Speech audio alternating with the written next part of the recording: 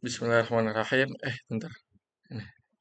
Bismillahirrahmanirrahim. Assalamualaikum warahmatullahi wabarakatuh. Sebelumnya perkenalkan, nama saya Irwan Muthalib. Saya di sini sebagai mahasiswa jurusan Informatika UIN Syaiber Syah Nurjati Cirebon semester 5. Di sini saya akan menjelaskan penerapan metode ID tree atau decision tree pada dataset credit card default. Nah, metode ID tree ini digunakan untuk membuat pohon keputusan berdasarkan perhitungan entropi dan information gain. Tujuannya itu untuk memprediksi apakah seseorang nasabah akan gagal bayar atau tidak berdasarkan data historisnya. Nah, sebelum itu mari kita mengenal apa itu decision tree dulu. Nah, jadi decision tree itu adalah model pembelajaran mesin atau machine learning. Nah, ini tuh berbentuk pohon bercabang yang digunakan untuk melakukan klasifikasi atau prediksi. Setiap cabang di pohonnya itu adalah pertanyaan atau kondisi if else, dan setiap daunnya itu leaf adalah hasil prediksi. Nah, oke, lanjut. Selanjutnya itu eh, kita masuk ke tahap melakukan proses permodelan dengan algoritma ID tree decision tree. Nah, di sini itu ada import train test split. Nah, di sini itu digunakan untuk membagi dataset menjadi dua training dan data testing. Nah, selanjutnya itu ada decision tree classifier, plot tree. Nah, di sini itu digunakan untuk membuat model pohon keputusan, sedangkan yang di plot tree ini untuk menampilkan hasil visualisasi pohonnya. Dan yang terakhir itu ada akurasi score, precision score, recall score, dan F1 score. Nah, di sini itu digunakan untuk mengevaluasi kinerja model yang telah dibuat. Nah, selanjutnya itu kita ke bagian memisahkan fitur dan target. Nah, jadi di sini tuh eh, ada fitur atau variabel independen yang disimpan di dalam X di sini. Nah, sedangkan kalau kolom target itu hasilnya yang ingin diprediksi seperti gagal bayar atau tidak disimpan di variabel. Nah, itu tuh bakal disimpan di variabelnya itu. Nah, selanjutnya itu membagi data training dan testing. Nah, datanya itu dibagi menjadi dua bagian, yaitu train test split. Nah, di sini saya membagi 70% data untuk training dan 30% untuk testing. Parameter random state itu 42 digunakan agar pembagian datanya selalu sama setiap dijalankan. Tujuannya dari pembagian ini adalah supaya model bisa belajar dari data training, lalu diuji ke data testing untuk melihat seberapa akurat hasil prediksinya. Nah, di sini itu ada menampilkan data training dan testing. Nah, ini ada data training dan ini ada data testing. Nah, kita kembali ke atas. Nah, di sini itu tujuannya untuk memastikan bahwa proses pembagian data sudah berjalan dengan benar. Di sini terlihat bahwa setiap baris memiliki fitur limit, ball, sex, education, marriage, age, dan juga nilai targetnya. Nah, ini nih.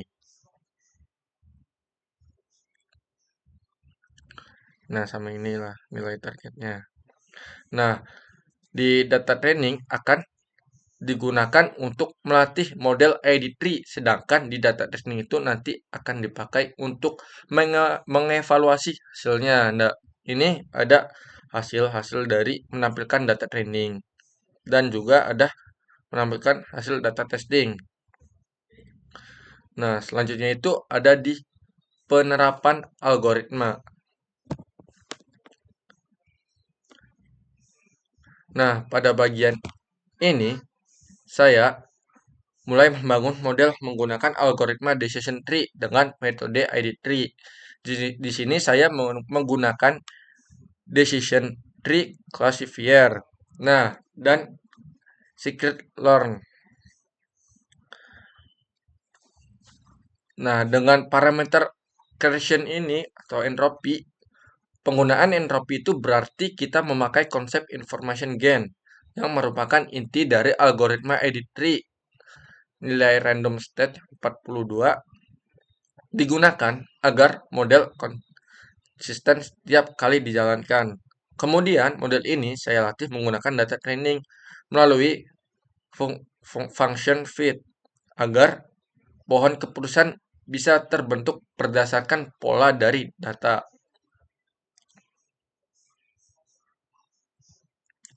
Nah, selanjutnya itu saya melakukan visualisasi hasil dari pohon keputusan menggunakan fungsi plot tree. Di sini saya menampilkan hingga ke dalam 3 level saja.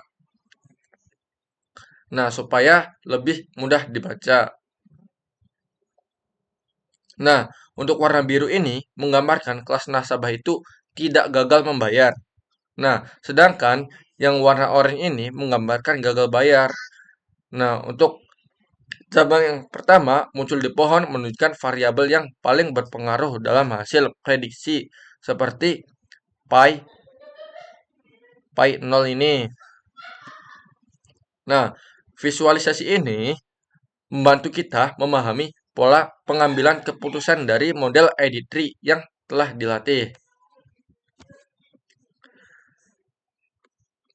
Dan ini yang terakhir itu belum yang terakhir. Nah, di sini tuh selanjutnya itu ada proses prediksi.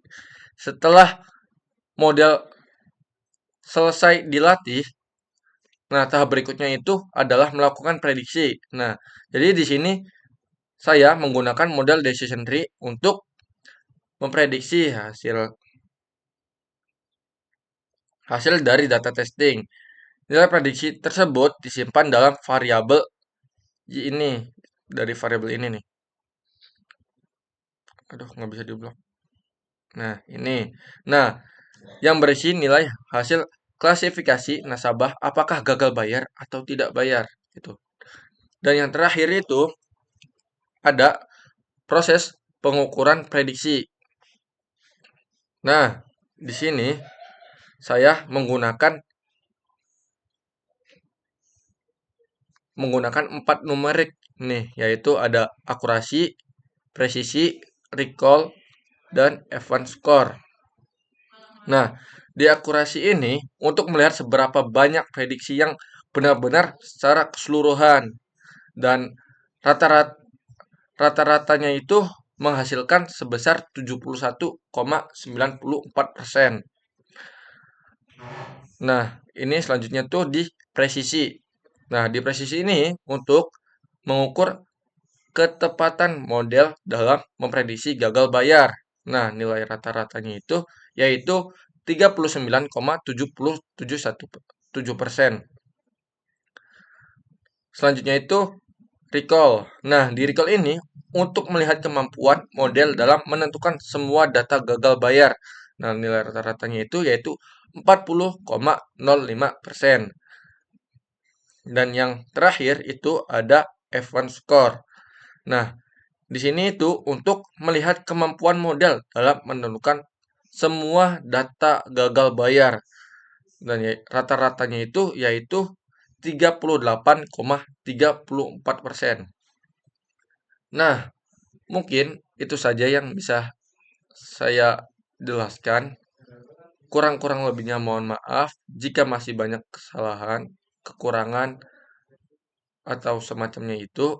Eh, saya tutup. Wassalamualaikum warahmatullahi wabarakatuh.